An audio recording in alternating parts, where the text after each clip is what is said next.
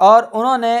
میں نے پوچھا کہ فرمائیے، تو کہنے لگے ہم نے اور بات کرنی ہے، جن پر وکلا صاحبان غصے میں آ گئے اور کہا کہ یہ کئی دن سے طارق علی بصرہ ڈپٹی کمشنر، امتیاز علی بیگ اسسٹنٹ کمشنر، زاہد یار گوندل صدر بار اور رانا محبوب علی لٹیگیشن آفیسر منڈی بہودین کا جو کیس ہے، اور اس حوالے سے آپ نے کیا تماشا رچایا ہوا ہے، یہ ساری کارروائی واپس لو اور صدر بار کے خلاف جو شو کاز ہے وہ واپس لو، کیونکہ جب اے سی ڈی سی اور اس جو ان کا چمچہ تھا اس کے خلاف کارروائی کی تھی اور صدر بار پیش ہوئے تھے اور صدر بار نے بھی بدتمیزی کی تھی جس پر شو کاز جاری کیا گیا تھا صدر بار کو، یہ صدر بار کی طرف سے آئے، شو کاز واپس لینے کی بجائے یہ ان کے ساتھ بدماشی پر اتر آئے۔ اچھا، ان کو پتہ ہے کہ یہ معاملہ سوشل میڈیا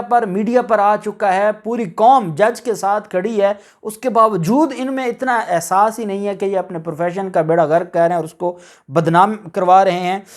کہتے ہیں کہ شوکاز نوٹس واپس لو، جس پر میں نے معذرت کی کہ یہ نہیں ہو سکتا کیونکہ اس کی آج تاریخ پیشی بھی نہیں ہے، جس پر وکلا صاحبان مزید غصے میں آ گئے اور انہوں نے گالم گلوچ اور شور و غل کرتے کورٹ روسٹرم پر آ گئے، میرے ساتھ ہاتھا پائی شروع کر دی اور مجھے کرسی پر سے کھینچنے لگے، گالیاں دینے لگے، ہراساں کیا اور جو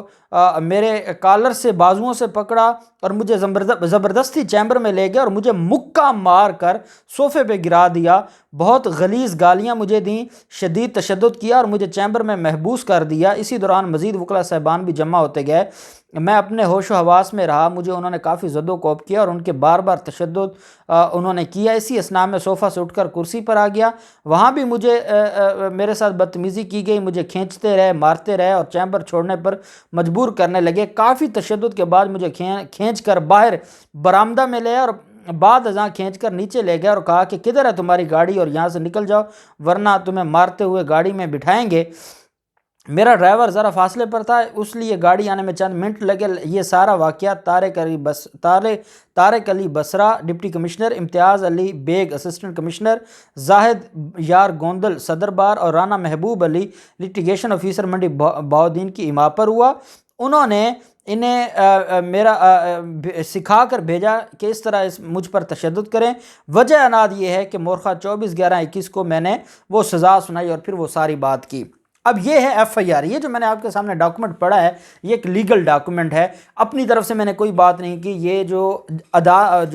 ایف آئی آر ہے وہ میں نے پڑھی ہے۔ منڈی بہودین کی ایک بڑی بار ہے، وہاں پر اتنے نامی گرامی ایکسپرٹ کرمنل لاء کے بھی اور سول لاء کے بھی وکلا ہیں۔ سب سے پہلے تو میری ان معزز وکلا سے گزارش ہے کہ اس بدماشی کے خلاف احتجاج کریں، اور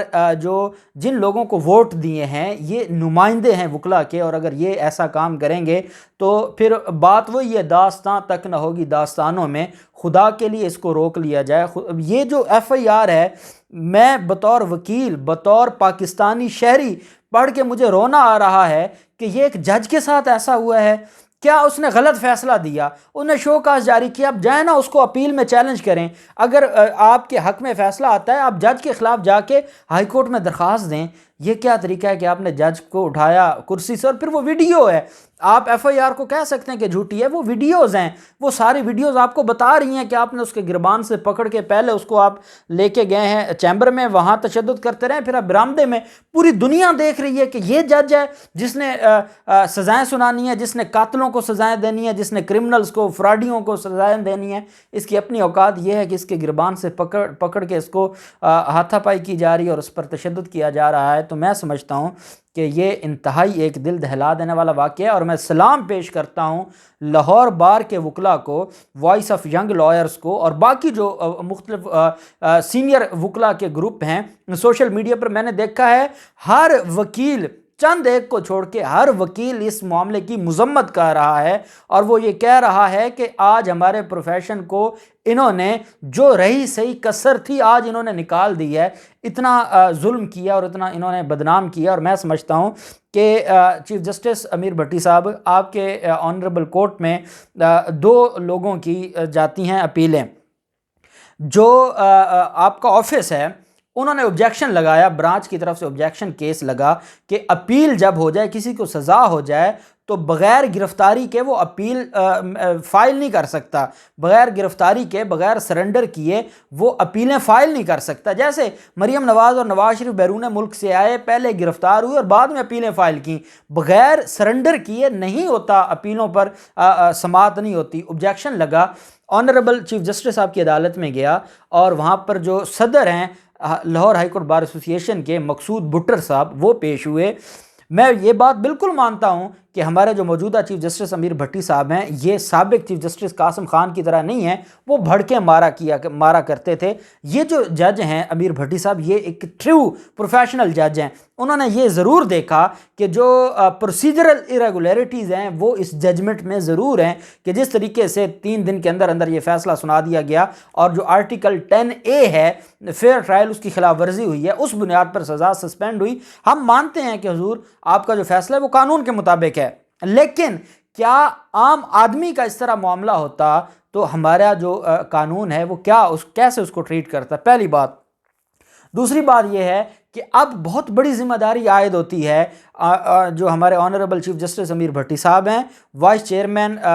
پنجاب بار کونسل فرحان شہزاد صاحب اور چیف جسٹس گلزار صاحب، آپ پر بہت بڑی ذمہ داری عائد ہوتی ہے کہ ان لوگوں کے خلاف کارروائی کریں، ان کو ایسی سزا دیں کہ آئندہ کبھی کوئی اپنے ذاتی مفادات کے لیے یا بیوروکریسی کو خوش کرنے کے لیے یہ انتہائی قدم نہ اٹھائے۔ اور ساتھ میں یہ بھی گزارش کروں گا کہ رانا محبوب جو لیٹیگنٹ آفیسر تھا، جو اس سارے معاملے کی جڑ ہے، اس میں جو وکلا کے ساتھ ساتھ ڈپٹی کمشنر، اسسٹنٹ کمشنر، صدر ہائی کورٹ